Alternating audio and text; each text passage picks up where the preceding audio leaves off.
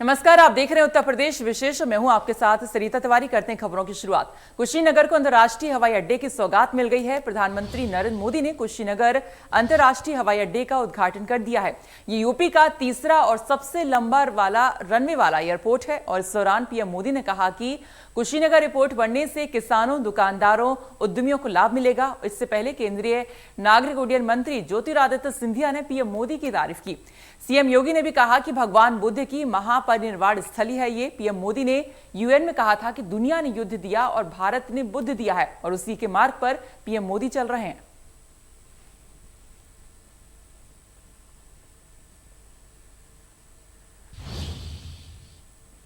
उत्तर प्रदेश में तीसरा अंतर्राष्ट्रीय हवाई अड्डे की सौगात देश के प्रधानमंत्री नरेंद्र मोदी ने कुशीनगर में आकर दी है, जिसका जायजा लिया हमारे सहयोगी ने। क्या कुछ जानकारी मिली है, आइए देखते हैं। देश के प्रधानमंत्री नरेंद्र मोदी ने आज कुशीनगर को जो सौगात दी है वो अपने आप में बेहद अहम मायने रखता है। और इस समय जहां हम खड़े हैं ये मेन मंदिर है, यानी बौद्ध की जो स्थली है। ये वो जगह है जहां पे अभी श्रीलंका के राष्ट्रपति के बेटे जो है स्पोर्ट्स मंत्री हैं वो भी यहाँ पे पहुँचे हुए थे और बाकायदे एक कलश लेकर के वो यहाँ पे आए हुए थे और उस कलश के द्वारा जो है यहाँ पे उसकी पूजा अर्चना भी की गई, क्योंकि जब इनकी अस्थियाँ जो है बांटी गई थी तो कई अलग अलग जगहों पे गई थी। श्रीलंका हो, चाहे गोरखपुर हो या फिर लुम्बिनी हो, तमाम अलग अलग जगहों पे गया था। लेकिन आज जब देश के प्रधानमंत्री नरेंद्र मोदी जब यहाँ आए थे तो उनके साथ श्रीलंका का डेलीगेशन भी आया हुआ था और बाकायदे यहाँ के राष्ट्रपति भी थे और बाकायदे यहाँ पे आकर के उन्होंने पूजा अर्चना भी की और यहाँ पे जो है कलश की पूजा करने के बाद फिर यहाँ से वो रवाना हुए हैं।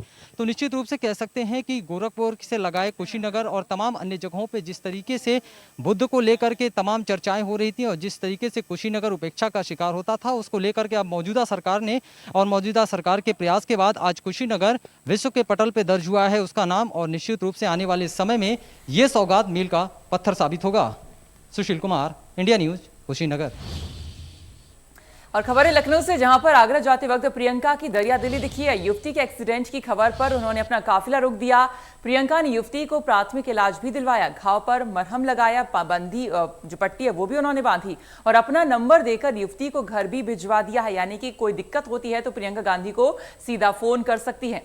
तो प्राथमिक उपचार उन्होंने वहीं पर घटनास्थल पर ही दे दिया है। जैसे उन्हें खबर लगी कि यहां पर किसी तरह का एक्सीडेंट हुआ है, वो सीधा उन्होंने अपने काफिले को रुकवाया और युवती से मुलाकात की, साथ ही प्राथमिक उपचार उसे दिया और अपना नंबर देकर उसे घर जाने को कहा।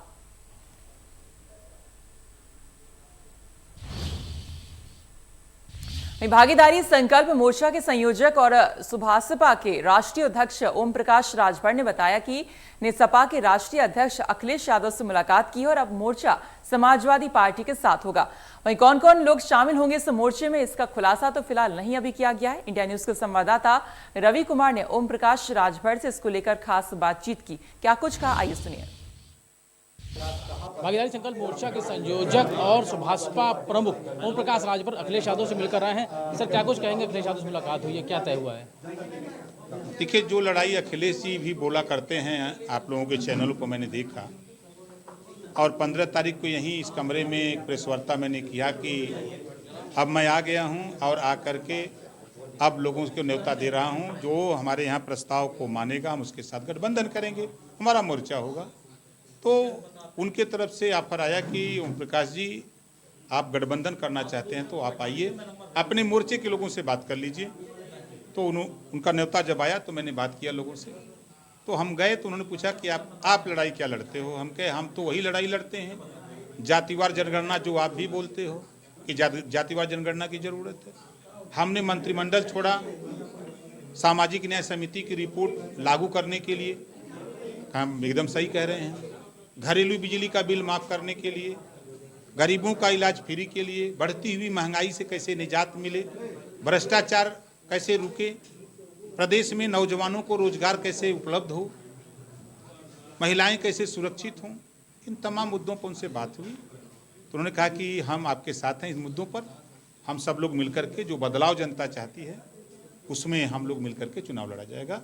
तो 27 अक्टूबर को मऊ के हल्दरपुर मैदान में आने का न्योता दे दिया उनको कि आप आइए और वहीं हमारे भाग्य विधाता लोग आएंगे, उन्हीं के सामने घोषणा हो जाएगी। मोर्चे में 2 लोग और थे, असुद्दीन ओवैसी थे, उसके अलावा चंद्रशेखर आज़ाद भी थे, क्या वो लोग भी शामिल हैं? अब देखिए 27 तारीख को आपको न्योता दे रहा हूँ। अब कुछ बात रहने दीजिए गोपनीय, 27 को कुछ रहने दीजिए बोलने के लिए ना। 27 को सब लोग चलेंगे वहाँ और बैनर पे लिखा जाएगा। एक हेलीकॉप्टर बुक करा दिया जो आपसे कहा था, दूसरा लहा रहे हैं, उसी में सबको बैठाएंगे और पहुँच जाएंगे। शिवपाल जी से मुलाकात हुई थी आप लोगों की, क्या उसको लेकर भी चर्चा सब आपको 27 को मिलेगा। यार मतलब माना जाए कि वो लोग साथ में हैं? 27 तारीख को आपको दिखाएंगे सबको। सीटों को लेकर कुछ बात? कोई झगड़ा पगड़ा सीट का नहीं है। भारतीय जनता पार्टी को सत्ता से बेदखल करना है। हिम्मत सीट का कौन झगड़ा है? 403 सीट है महाराज, कोई दिक्कत नहीं है। तो ये तो ओम प्रकाश अग्रवाल साथ पर अग्रवाल के 2022 का जो चुनाव है उसको लेकर चर्चाएं बहुत थी, लेकिन ज़रूर है कि फिलहाल सुभाषपा प्रमुख ओम प्रकाश राजभर की बात करें तो समाजवादी पार्टी से गठबंधन हो चुका है। अब ये देखना होगा कि मोर्चे में कौन कौन उनके साथ और शामिल होता है। Ravi Kumar, India News, Lucknow. 2022 विधानसभा चुनाव को लेकर पार्टियां तो अपनी रणनीति बना रही हैं, लेकिन वोटर के मन में क्या है ये जाना इंडिया न्यूज ने। आगरा के वोटर विकास और रोजगार की बात तो कर ही रहे हैं, लेकिन उनके लिए एक बड़ा मुद्दा महंगाई भी बनती जा रही है। उत्तर प्रदेश में विधानसभा चुनाव 2022 को लेकर चुनावी बिगुल फूंक चुका है। हर पार्टी तैयारी में जुट गई है।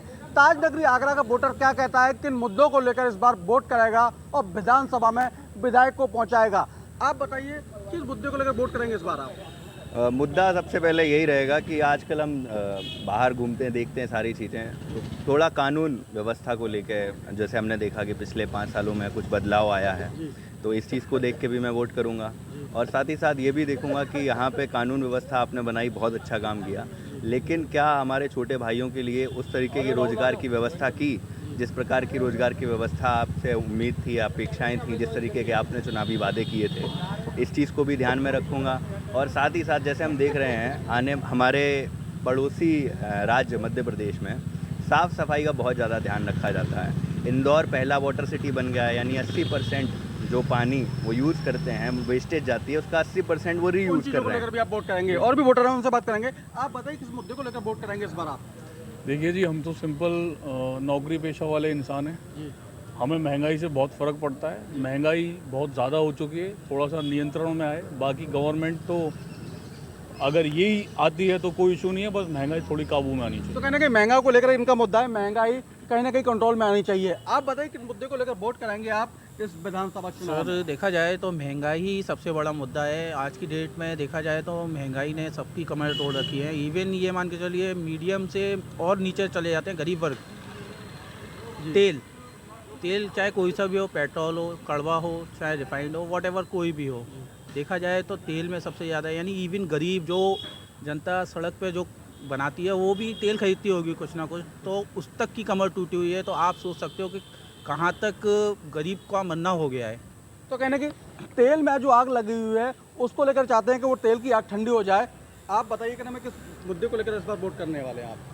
महंगाई बहुत ज़्यादा है, इसने कमर तोड़ रखी है, कहीं भी समझ नहीं आ रहा। हर रोज़ कोई स्टेबिलिटी मार्केट में रही नहीं। कोई भी खाद्य पदार्थ से लेकर कहीं भी हम परचेज़ करते हैं, हर रोज़ कुछ ना कुछ बढ़ोतरी होती है।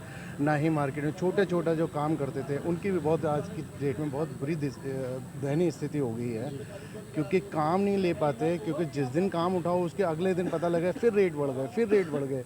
कहाँ जाएगी ये? एक दिन इनको जो बढ़ाना बढ़ा दें, बस कुछ साल के लिए तो कम से कम ये कहें कि ये चीज़ इस लेवल पर रुक जाएगी। तो कहीं ना कहीं स्टेबिलिटी जरूरी है। इनका कहना है कि जिस प्रकार से महंगाई हो रही है, कहीं ना कहीं जो आम व्यक्ति है उसकी कमर टूटी हुई है, जो किचन है उसका बजट बिगड़ गया है। वहीं किसानों के द्वारा रास्ता रोके जाने की सुनवाई को लेकर हमारे संवाददाता ने किसान नेता राकेश टिकैत से खास बातचीत की है। वहीं इस दौरान राकेश टिकैत ने रास्ता रोके जाने से साफ इनकार कर दिया। उन्होंने कहा कि रास्ता हमने नहीं रोका है, हम तो खुद चाहते हैं कि सभी दिल्ली जाएं। हम इसका जवाब सुप्रीम कोर्ट में दाखिल करने जा रहे हैं। उन्होंने कहा कि बारिश की वजह से जो फसलें खराब हुई हैं उसका मुआवजा किसानों को सरकार को देना चाहिए। लखीमपुर खीरी मामले पर भी अपनी आवाज उन्होंने मुखर की और क्या कुछ उन्होंने कहा, आइए सुनाते हैं। टिकैत जी मौजूद हैं। सबसे पहले बात कर लेते हैं जो बारिश हुई है उसको लेकर उन्होंने कहा है कि सरकार जो है जो फसलें खराब हुई हैं उस पर 100% मुआवजा दे। तो सीधे बात कर लेते हैं, दलहन तिलहन और जो अन्य फसल खराब होने की बात आपने कही है, सरकार से मुआवजा ही मांगा है और ये भी कहा है कि BKU के जो जुड़े हुए किसान हैं वो इसमें मदद भी करने के लिए जा रहे हैं। पूरा मामला जानना चाहिए। देखो, पूरा बर्बाद हो गया जो अपना पहाड़ी क्षेत्र था। जी। अगर हम उत्तराखंड की बात करें तो उत्तराखंड जी और उत्तर प्रदेश का बरेली से दूसरी साइड का जो हिस्सा है जी वो इससे पूर्ण रूप से प्रभावित है। जी अगर पहाड़ की बात करें तो वहाँ पे वेजिटेबल्स, जी दालें, जी और नीचे पे दालें और धान की फसल, जो वेजिटेबल्स है वो, और ये करीब 5 स्टेट में बेमौसम बारिश से पूरी फसलें किसानों की बर्बाद हुई। जी और इसका असर आप देखोगे कि बरेली तक, मुरादाबाद तक इसका असर देखने को मिल रहा है अभी। जी तो सरकार की जिम्मेदारी है, नुकसान हुआ है तो किसान की क्या गलती है? जी जिनको 100% मुआवजा सरकार दे।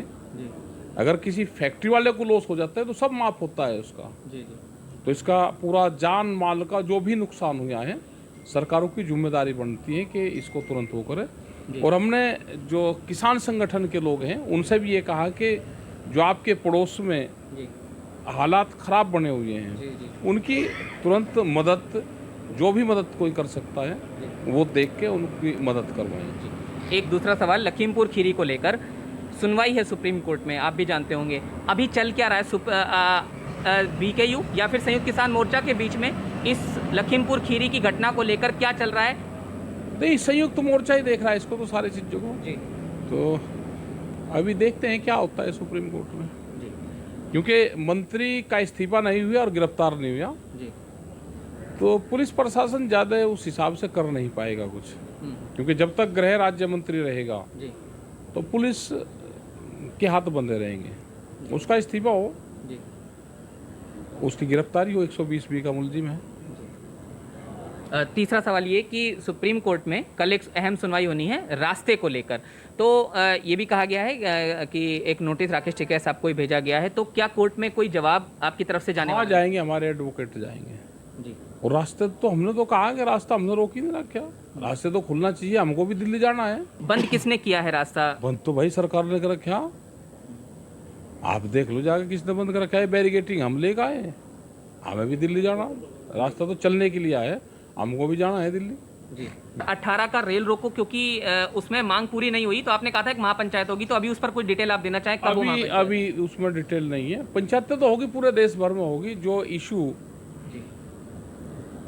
ये डिमांड भारत सरकार से है तो उसमें मंत्री का इस्तीफा जी और उसकी गिरफ्तारी, ये डिमांड नोट में जुड़ गया है। जी अब जहाँ पे भी डिमांड होगी तो ये दो चीज़ें और उसमें जुड़ जाएगी। जी तो राकेश टिकैत साहब को आप यहाँ सुन रहे थे। गाजीपुर बॉर्डर पर किसान क्रांति गेट से जतिन गोस्वामी।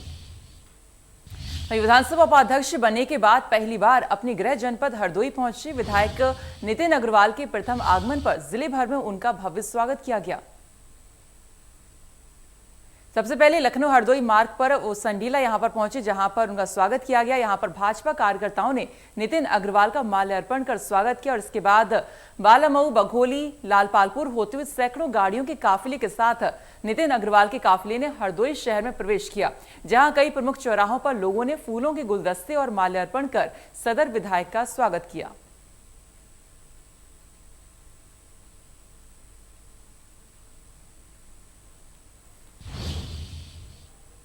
उत्तर प्रदेश के परिवहन राज्य मंत्री श्री अशोक कटारिया ने कहा कि कोरोना महामारी के कारण परिवहन निगम की आय में कमी आई है। महामारी अब नियंत्रण में है। निगम की आय को बढ़ाने के लिए जितने तौर तरीके हैं उनको अपनाया जाए। उन्होंने कहा कि घाटे में चल रहे डिपो की 15 दिन में समीक्षा होनी चाहिए। यात्रियों का रोडवेज बसों के प्रति आकर्षण बढ़े और इसलिए बसों और बस स्टैंड की स्वच्छता पर विशेष ध्यान रखा जाए। दूसरे राज्यों को जाने वाली बसें अच्छी स्थिति में होनी चाहिए, जिससे कि यात्रियों को आवागमन में कोई असुविधा ना हो और इससे विभाग की छवि भी बदलेगी।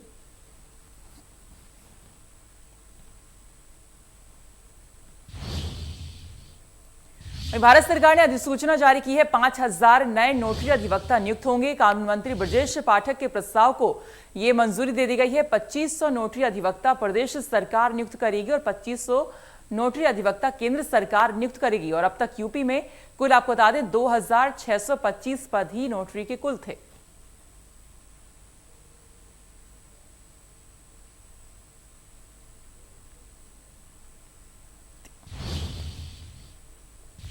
कानपुर में इस्लाम दी ओनली सोल्यूशन लिखी हुई बिजनेस इनवाइस जारी होने से हड़कंप मच गया। यहां पर एक कारोबारी अपनी बिजनेस इनवाइस की पर्ची पर इस्लाम दी ओनली सोल्यूशन लिखकर पर्ची काट रहा है। इस पर्ची के सोशल मीडिया में वायरल होने के बाद पुलिस सक्रिय हो गई है। पुलिस ने कारोबारी को हिरासत में ले लिया है। पुलिस कारोबारी से पूछताछ कर मामले की जांच में जुटी हुई है।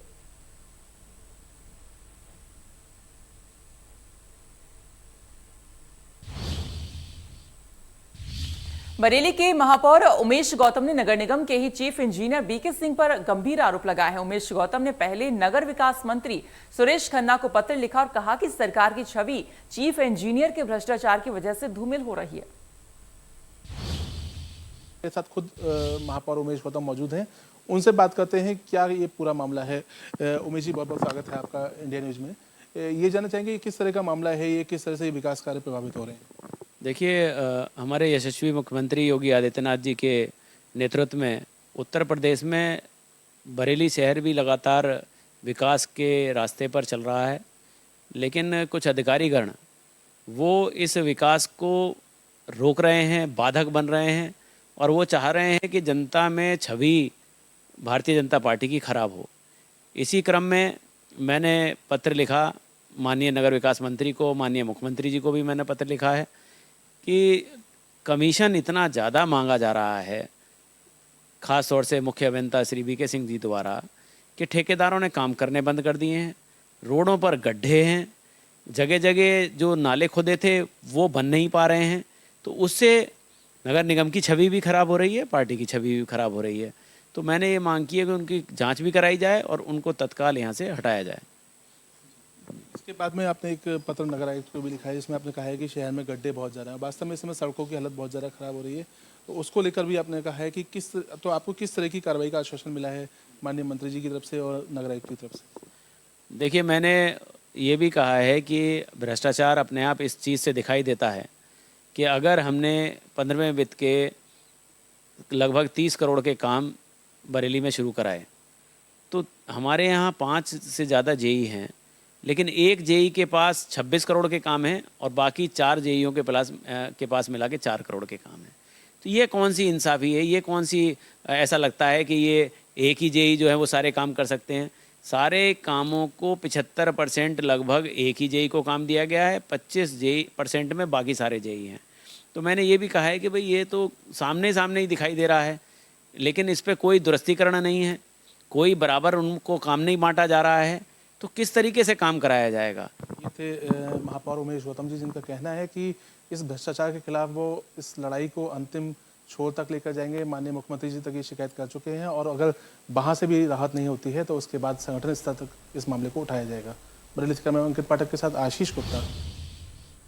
और फिलहाल इसी के साथ उत्तर प्रदेश विशेष में इतना ही, लेकिन आगे और भी खबरें जा रही हैं। आप देखते रहिए इंडिया न्यूज। नमस्कार।